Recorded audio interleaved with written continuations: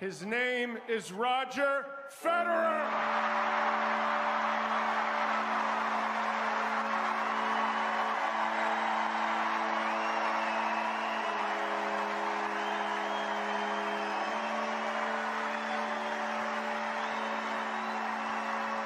Après avoir disputé 1526 matchs sur le circuit principal, pour en avoir remporté 1251, avec 103 titres gagnés dont 20 grands chelem et 28 titres dans la catégorie Masters 1000, Roger Federer dispose l'un des palmarès les plus importants de son sport.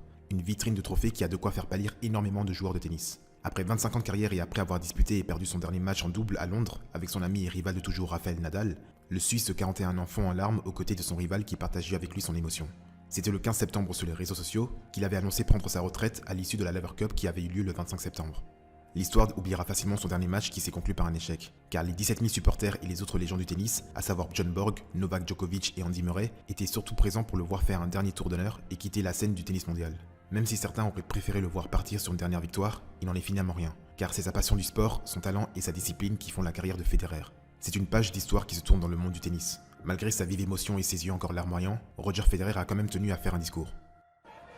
Everybody's here. The girls, the boys. Ah, j'ai tout le monde ici. Mon épouse, les filles, les garçons.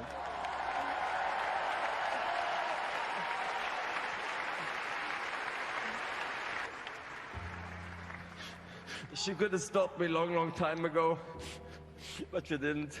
She kept me going and allowed me to play, so it's amazing. Thank you. Tu aurais pu me dire d'arrêter il y a bien longtemps, mais tu ne l'as jamais fait. Tu m'as continué. Tu as continué à me pousser. Et tu m'as permis de profiter encore de ces quelques années.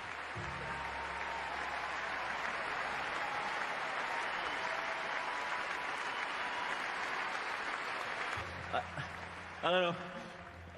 I find that always funny. We always blame my mom for everything, because without her, I wouldn't be here, of course. So thanks to my parents, you've been amazing. Et je me suis toujours amusé à, entre guillemets, enquiquiner ma mère, mais elle a aussi tellement été, m'a tellement soutenu tout au long de ces années, comme mon père. Fantastic night. Thank you, everybody. C'est une soirée fantastique. Merci tout le monde. Un au revoir et une longue carrière à succès qui resteront à jamais dans les annales du monde du sport. Alors comment en est-il arrivé là? Quels sont les secrets de sa réussite pour qu'il devienne un champion hors norme? C'est ce qu'on va voir dans cette vidéo dans laquelle je te dévoile les secrets de la réussite du meilleur joueur de tennis au monde.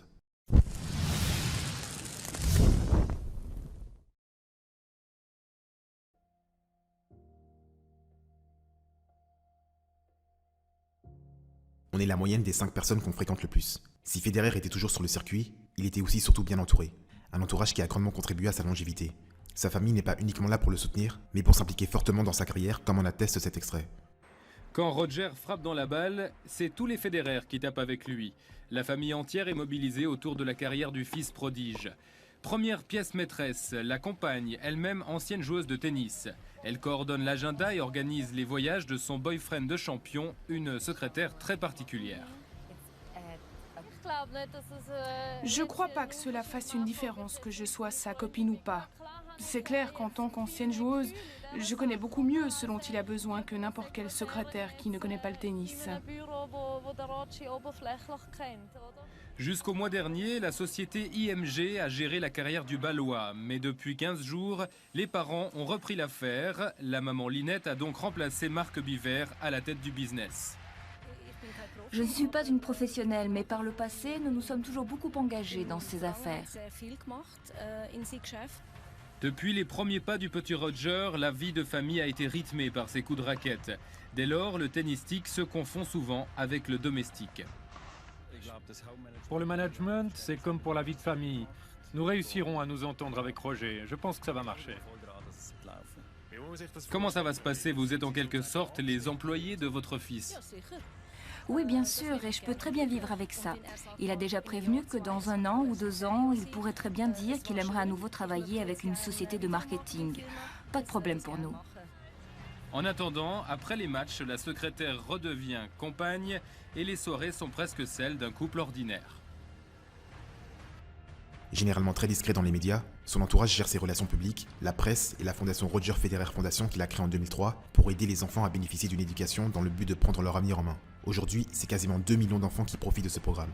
L'entourage influe sur notre façon de penser et d'agir, et ce de manière naturelle. Elle influe à 95% de nos actions, nos prises de décision et donc de notre réussite. Choisir correctement son entourage qui vous tire en permanence vers le haut, sortir de sa zone de confort, garder un état d'esprit positif en toutes circonstances est indispensable pour connaître une grande réussite. Et c'est justement ce qui fait la réussite de Roger Federer.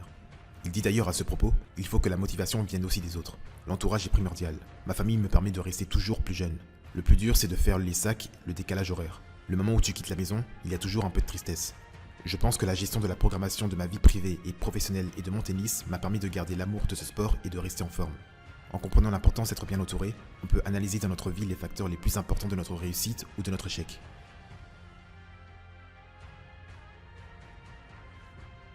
C'est quoi le secret pour rester à si haut niveau aussi longtemps? Je pense pour moi, l'amour pour le jeu, forcément, mais aussi peut-être un peu que j'ai pris cette décision de vouloir jouer longtemps, il y a longtemps. Je me suis laissé inspirer par Agassi. Il avait encore une énorme carrière après 30 ans. Et je pense que moi-même, je voulais aussi en fait presque me donner à moi une possibilité de jouer encore contre peut-être encore une ou deux générations de plus. C'est ce que je vis maintenant et je prends énormément de plaisir de voir ces teenagers maintenant qui montent. Ils étaient nés quasiment quand je suis arrivé sur le circuit il y a 22 ans en arrière et forcément le jeu il a beaucoup évolué. Il n'y a pas de secret pour qu'un sportif performe aussi longtemps. L'entraînement et la persévérance sont les clés du succès. Ivan Lubitschik, coach de Roger Federer de 2016 à 2022, qualifie le joueur comme l'excellence et ajoute même qu'il a appris plus de choses de lui que l'inverse. Il décrit d'ailleurs son entraînement et son état d'esprit. Comment il était à l'entraînement? Toujours ouvert sur de nouvelles choses. Toujours push-eye. Il n'y a pas une fois ou en 7 ans où il a dit non, où j'ai dû dire et si on s'entraînait plus. C'est lui qui nous demandait toujours et nous qui nous inquiétons pour savoir si ce n'était pas un peu trop. Qu'est-ce que je peux dire? C'est la personne idéale à coacher. Mon plan avec Federer, d'abord écouter, comprendre sa mentalité, sa façon de penser et de voir le tennis. Après, on essaye d'améliorer tous les détails possibles. Je ne vais pas vous mentir, il y a eu des périodes où j'avais le sentiment qu'il n'y avait pas grand-chose à ajouter. On se sent parfois un peu stupide, on est avec une machine parfaite. Il suffit de laisser se dérouler les choses. Mais il y a aussi des moments plus difficiles où il faut être là. Même s'ils étaient rares avec Roger, il faut être prêt à prendre ses responsabilités. Un binôme qui allait vraiment de pair car chacun avait quelque chose à apprendre de l'autre. Ivan Lubitschik n'est pas le seul et premier coach qu'a eu Roger Federer au cours de sa carrière. Il a été coaché par un coach qui était le plus important de sa carrière et qui malheureusement n'est plus de ce monde aujourd'hui, Peter Carter, ancien capitaine de l'équipe suisse Coupe Davis. Peter Carter est né en 1964 en Afrique du Sud. Après avoir atteint la 177e mondiale en 87, il devient entraîneur et s'installe en Suisse. C'est en 91 au Old Tennis Club qu'il rencontra Roger Federer âgé de 9 ans et sa mère.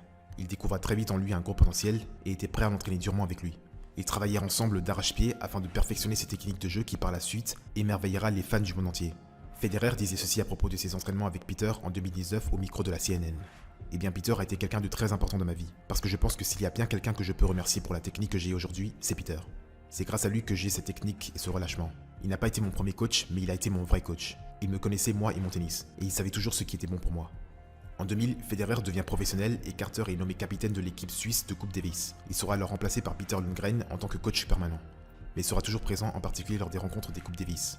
À l'été 2002, suite à une idée de Federer, Carter et sa femme Sylvia partent en Afrique du Sud pour leur lune de miel. Malheureusement, Carter meurt dans un terrible accident de voiture lors d'un safari le 1er août 2002. Et ce n'est que le lendemain à Toronto dans son hôtel que Federer apprend la nouvelle en larmes et en courant au hasard dans les rues. Je suis sous le choc et très triste. Peter était un ami très proche. Quand j'étais petit, j'étais tous les jours avec lui. Peter était très calme, mais il était marrant avec un sens de l'humour typiquement australien. Je ne pourrais jamais le remercier pour tout ce qu'il m'a donné. Voici ce qu'il déclara également lors de ses funérailles. Aucune défaite de tennis n'est comparable à un moment pareil. J'essaye en général d'éviter des événements tristes comme celui-là. C'était la première fois que j'assistais à un enterrement. Je ne peux pas dire que ça m'a fait du bien, mais cela m'a permis d'être à nouveau proche de lui par la pensée et de dire au revoir dans un cadre digne. Je me sens mieux d'une certaine façon, surtout par rapport au tennis. Depuis son décès et tout au long de sa carrière, Roger a à plusieurs reprises rendu hommage à son vrai coach. À ce registre, le 1er août 2004, 2 ans pile après son accident, il s'imposera face à Toronto, vêtu tout en noir, disant simplement au public « Je dédie ceci à Peter et à Peter seulement ». Un hommage qu'il ne manque pas à faire à chaque fois, notamment lors de ses différents titres remportés. Je crois qu'il ne voulait pas que je devienne un talent gâché. Donc je suppose que ça a été une sorte de signal d'alarme pour moi lorsqu'il est parti, et je me suis vraiment mis à m'entraîner dur. Peter était l'une des personnes les plus importantes dans ma carrière. Je pense que nous aurions fait une grande fête s'il avait été là. J'espère qu'il a pu voir ça de là où il est. Si Roger est ce qu'il est aujourd'hui, c'est grâce à cet homme qui l'a façonné depuis son plus jeune âge et qui est toujours à ses côtés.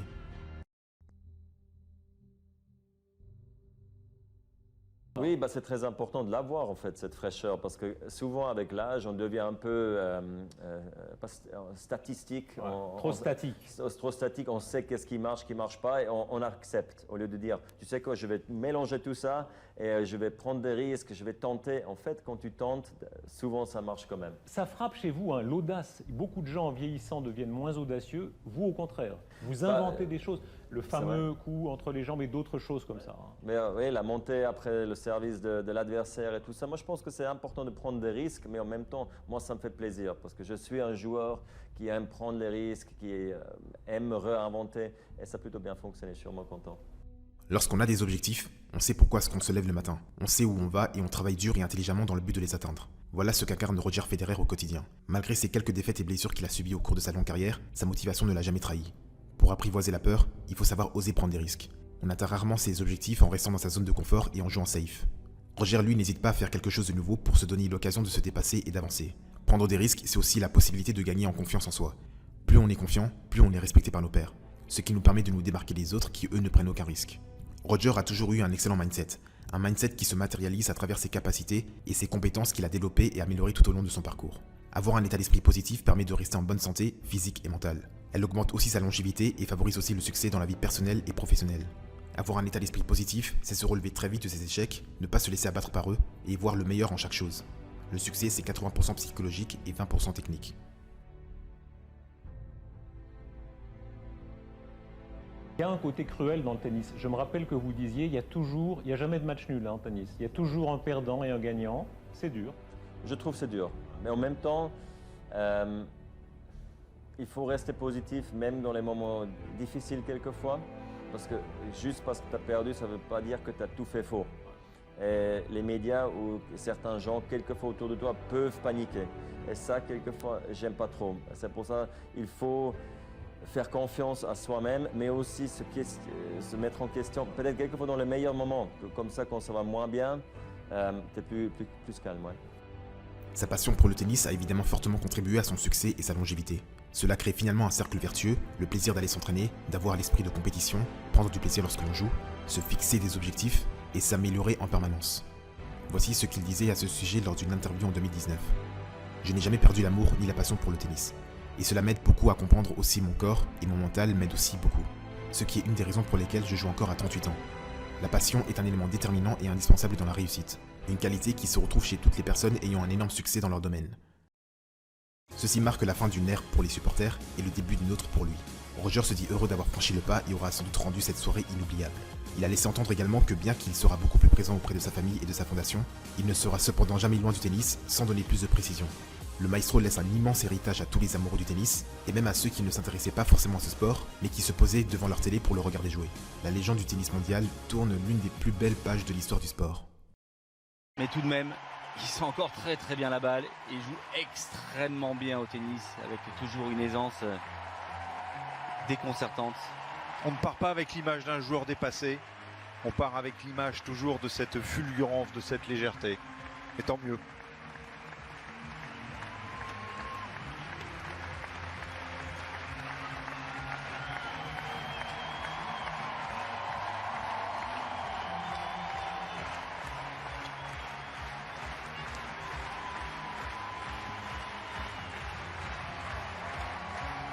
Thank you.